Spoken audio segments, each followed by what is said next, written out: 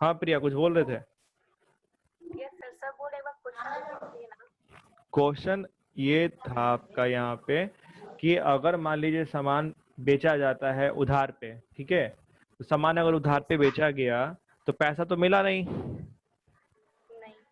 ठीक है। Yes sir. तो फिर आप रिकॉर्डिंग कैसे कर लेते हैं, आप कैसे रिकॉर्ड कर लेते हैं कि फलाने को सामान बेचे हैं, आप तो रिकॉर्ड ही नहीं कर सकते हैं। तो बोलता है नहीं, आप रिकॉर्ड कर सकते हैं according to revenue recognition concept, क्योंकि यहाँ पे आपके पास लीगल राइट बन चुका है क्या चीज का,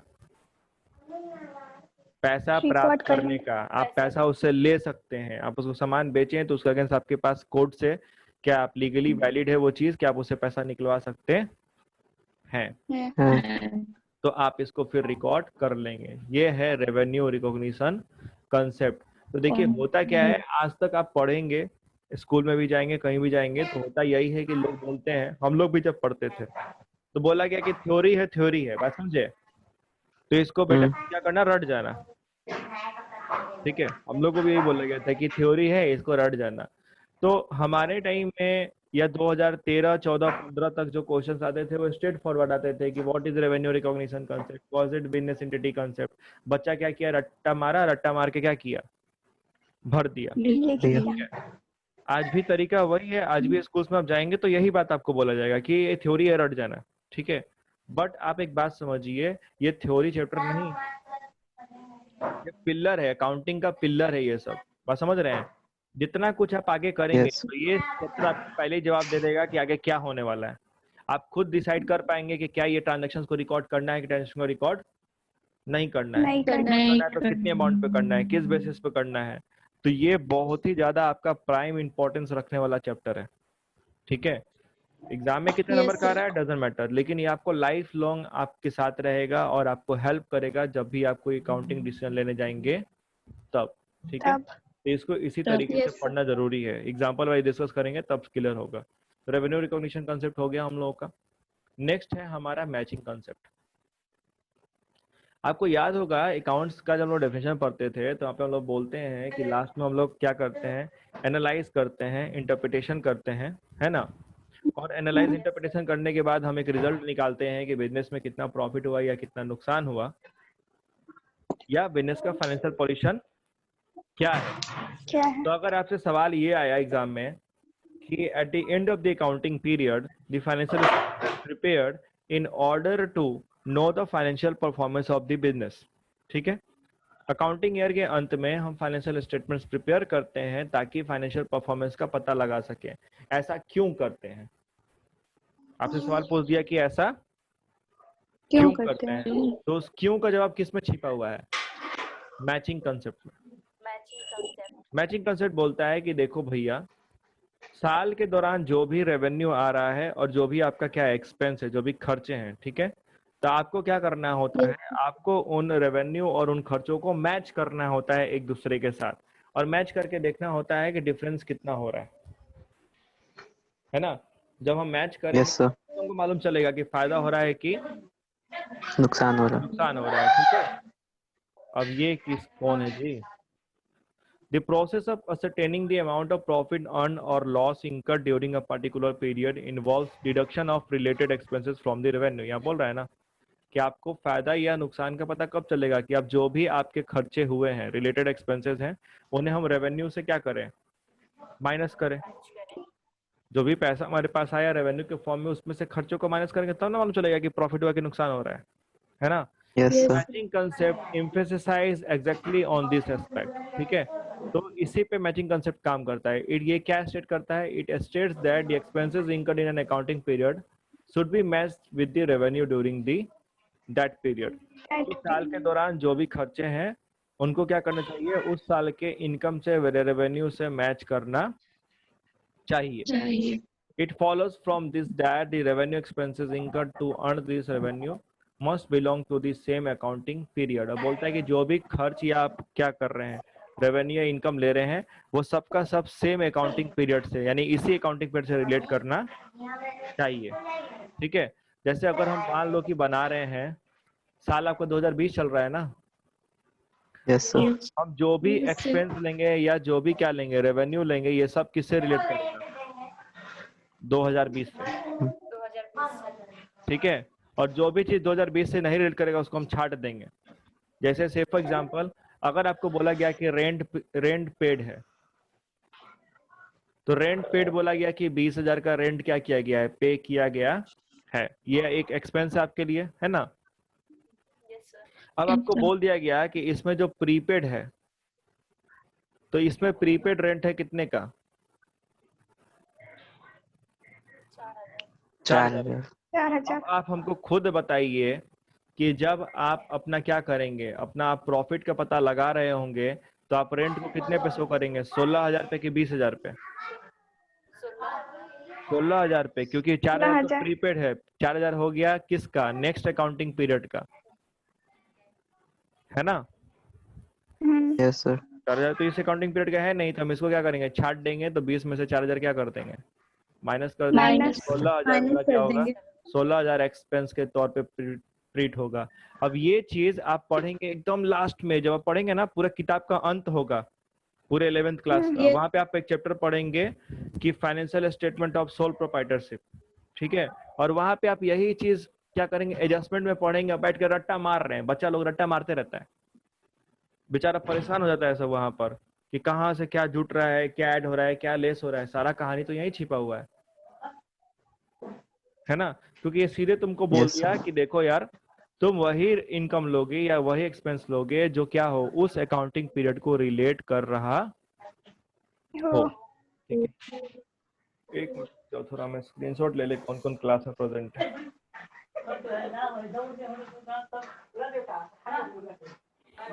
अब छटनी कार्यक्रम करना पड़ेगा ना, कुछ लोग पिकनिक मनाने के लिए आते हैं क्लासरूम में, बात समझे। पिकनिक वाले लोग को हम लोग पिकनिक पे ही भेज देते हैं।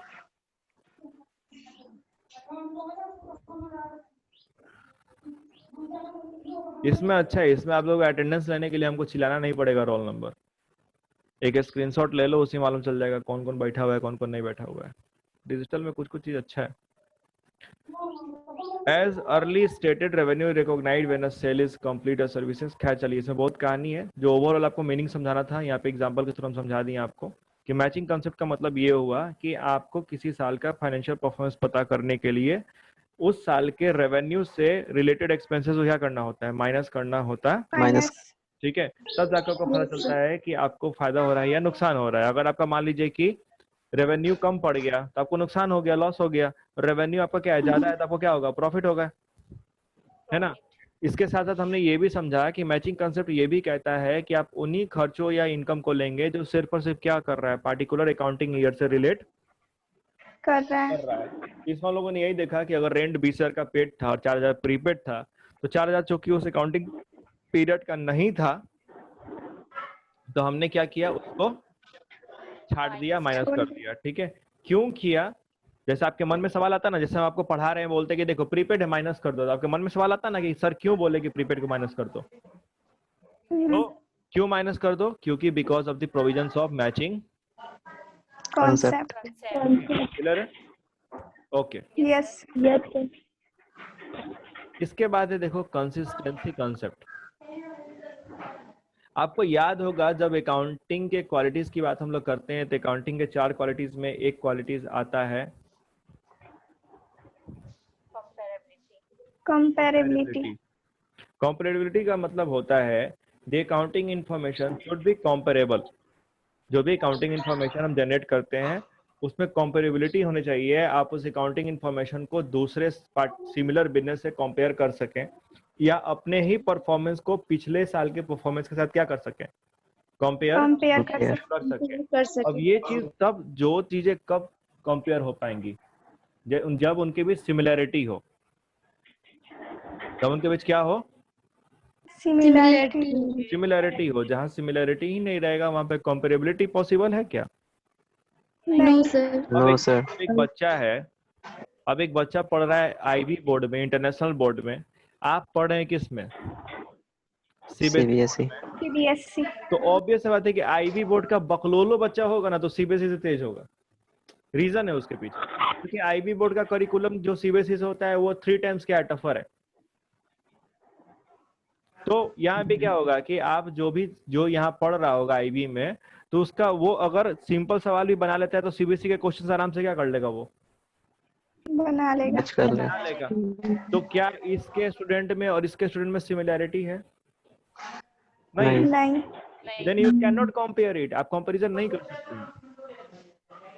ठीक है, कंपैरिजन तभी पॉसिबल होता है जब दो चीजें एक समान हो। आप कभी भी पानी के जहाज में और एरोप्लेन में कंपैरिजन नहीं कर सकते हैं।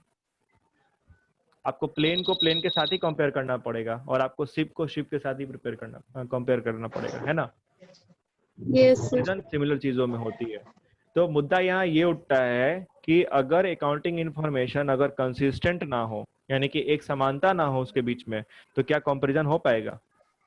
नहीं हो पाएगा। देखिए, कंसिस्टेंसी कॉन्सेप्ट होता क्या है कि अकाउंटिंग में एक ही चीज का ट्रीटमेंट 3-4 तरीके से हो सकता है, अल्टरनेटिव ट्रीटमेंट प्रोवाइडेड होता है। ठीक है, चीजों का वैल्यूएशन करने का, चीजों को रखने का, उनको प्रेजेंटेशन का तरीका अलग अलग हो सकता है। ठीक है, देयर आर अल्टरनेटिव्स अवेलेबल। तो कंसिस्टेंसी कॉन्सेप्ट कहता है कि देखो, जब तक जरूरी नहीं है तब तक आप जो चीज ऑलरेडी फॉलो कर रहे हैं, जिन पॉलिसीज को, आपको उन्हीं को क्या करना है, फॉलो करना है, साल दर साल, हर साल। ठीक है, इवन अगर आप कोई चेंज करते भी हैं तो आपको अपने रिपोर्ट में ये मेंशन करना होगा कि हमने ये चेंज किया है और इस चेंज का इफेक्ट ये है। आया है। This is what consistency concept states. The accounting information provided by the financial statement would be useful in drawing conclusion regarding the working of the enterprise only when it allows comparison over a period of time as well as with the working of other enterprise. Thus, both interfirm and interform मतलब दो firm के बीच में, दो business units के बीच में, company ए company B के बीच में। और इंटर पीरियड मतलब एक ही कंपनी के दो टाइम पीरियड में, जैसे 2019 में कैसा परफॉर्मेंस था, 2020 में कैसा परफॉर्मेंस था। ठीक है, comparison are required to be made. This can be possible only when accounting policies and practices followed by the enterprise are uniform. ये तभी पॉसिबल हो पाएगा कि जो भी अकाउंटिंग पॉलिसीज या प्रैक्टिसेस जो कंपनी क्या कर रही है या इंटरप्राइज या बिजनेस फॉलो कर रहा है, वो क्या हो, यूनिफॉर्म हो एंड आर कंसिस्टेंट. कंसिस्टेंस मतलब एक समान. ठीक है, over the period of time. ठीक है, तभी जा करके आप फाइनेंशियल, नहीं तो फिर आपका कंपेरेबिलिटी आपका हो ही नहीं पाएगा, है ना? आपको मान लीजिए कि 2019 में हम पढ़ा रहे हैं, फिजिक्स पढ़ाने लगे, और 2020 में पढ़ाने लगे अकाउंटेंसी, और उसका कंपैरिजन करें कि कैसा पढ़ाए थे, दोनों पढ़ाई में कंपैरिजन करें, पॉसिबल होगा? नहीं. तो वही कहानी यहाँ पे है कि कंसिस्टेंसी कंसेप्ट बोलता है कि देखिए, अंटिल आप जो भी accounting policies and procedure already पहले से फॉलो कर रहे हैं, आपको उन्हीं अकाउंटिंग पॉलिसीज को क्या करना है, हर साल फॉलो करना है. ठीक है, साथ साथ आपको ये भी बोलता है कि देखो, ऐसा नहीं कि आप चेंज नहीं कर सकते हैं, यू कैन चेंज इट, लेकिन जब आप चेंज करेंगे तो आपको क्या करना पड़ेगा, आपको फाइनेंशियल रिपोर्ट में ये बात मेंशन करना पड़ेगा कि आपने क्या किया है, चेंज किया है, और उसका प्रोबेबल इफेक्ट क्या है. देखिए, यहाँ पे बोला है कि however consistency does not prohibit change in the accounting policy. ऐसा नहीं कि कंसिस्टेंसी है तो आप चेंज कर ही नहीं सकते हैं. Necessary required change are fully disclosed by presenting them in the financial statement indicated the probable effect on the financial result of the business. आपको बोलता है कि भैया ठीक है, ऐसा नहीं है, अगर आपको फील होता है कि नेसेसिटी है, ठीक है, तो आप उसको क्या कीजिए, जरूर चेंज कीजिए, लेकिन आप उसके इफेक्ट को क्या करेंगे, शो करेंगे किस में, फाइनेंशियल स्टेटमेंट्स में.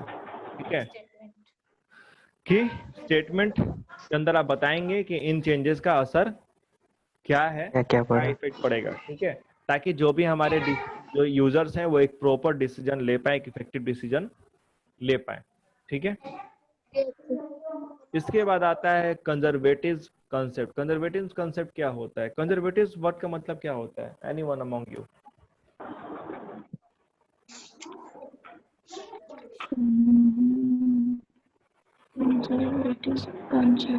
कंजर्वेटिव वर्ड सुने कभी? Yes sir. कौन सुना है?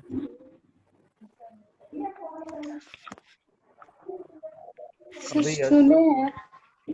क्या सुने हैं? जो सुने सुनाइए।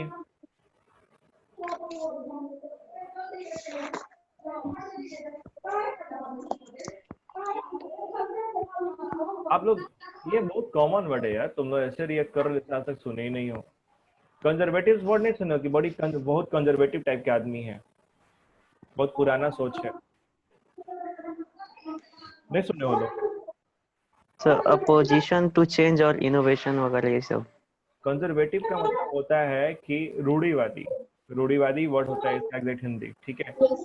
वो इंसान जो क्या होता है, चेंज को रेसिस्ट करता है, रेसिस्टेंट टू चेंज, ठीक है, जो चेंज नहीं चाहता है वो उसको क्या कहते हैं, कंजर्वेटिव, रूढ़िवादी। तो कंजर्वेटिव कंसेप्ट अकाउंटिंग में मतलब क्या होगा, ठीक है। इसी कंसेप्ट को प्रूडेंस कंसेप्ट भी कहते हैं, याद रखिएगा। इसी कंसेप्ट को कौन सा कंसेप्ट कहते हैं, प्रूडेंस। ये कंसेप्ट क्या बोलता है, किसके पीछे हल्ला हो रहा है,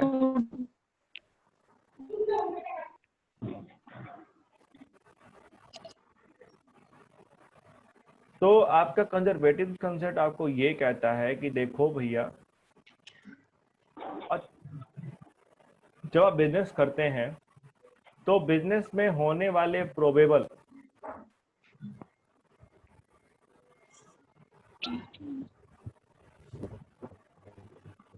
लॉस को आपको एंटीसिपेट करना होता है, ठीक है। लेकिन जो भी प्रोबेबल प्रॉफिट है, जो भी प्रोबेबल प्रॉफिट है उसको आपको एंटीसिपेट नहीं करना होता है, डू नॉट एंटीसिपेट। अब मतलब आप लोगों को समझ में तो आया नहीं होगा। एंटीसिपेट का मतलब होता है to take into consideration.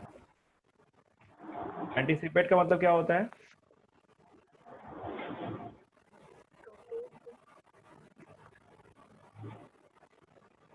Take into, यानी कि ध्यान में लेना, बातों को ध्यान में लेना।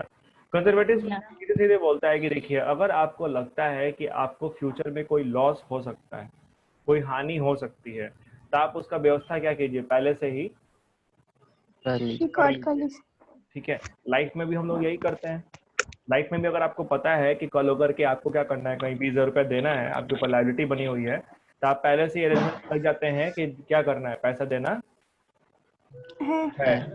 लेकिन बोलता है कि अगर प्रोबेबल प्रॉफिट है तो उसको आप एंटिसिपेट नहीं करेंगे। जैसे सामान क्या है, जैसे मान लीजिए कि मेरे पास क्या है, कोई बहुत ही एंटिक चीज है, एंटिक मतलब बहुत पुराना टाइप का, अच्छा मतलब, ठीक है। तो हमको लगता है कि वो 1 लाख का है, लेकिन वो बिक जाएगा कितने में, 3 लाख में।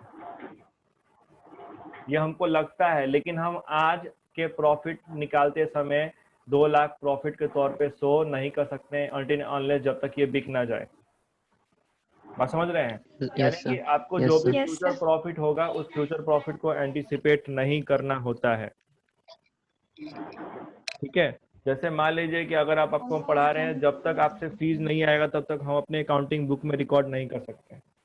हाँ, लेकिन अगर हमको ये लगता है कि 10 लोग का पैसा डूब जाएगा तो उसका व्यवस्था क्या करना पड़ेगा, हमको करना पड़ेगा, हमको उसके लिए प्रोविजन बनाना पड़ेगा, व्यवस्था करके रखना पड़ेगा कि भाई 10 लोग का लगता है क्या हो जाएगा, डूब जाएगा, ठीक है। तो this is what conservative concept, conservative कहता है कि बिजनेस आप जब भी करेंगे तो आप होने वाले फ्यूचर लॉस को तो ध्यान में रखेंगे, उसके लिए अरेंजमेंट करेंगे, लेकिन होने वाले फ्यूचर प्रॉफिट के लिए कोई आपको अभी कंसिडरेशन में उसको लेना नहीं है। जब होगा नहीं है, जब होगा तो क्या करना, रिकॉर्ड करना, ठीक है। समय अब समाप्त होने को है, 1 मिनट से भी कम समय है, ठीक है। तो यहाँ तक के कंसेप्ट हम लोग कवर कर लिए, यानी 11 कंसेप्ट हम लोग का कवर हो गया है। 2.2.11 चल रहा है, ठीक है। 3-4 कंसेप्ट और बचे हुए, एक काम करेंगे, कल इसको कंटिन्यू कर लेते हैं, ठीक है। यस सर, कल इसको खत्म कर देते हैं चैप्टर को, ओके। और संडे को आपका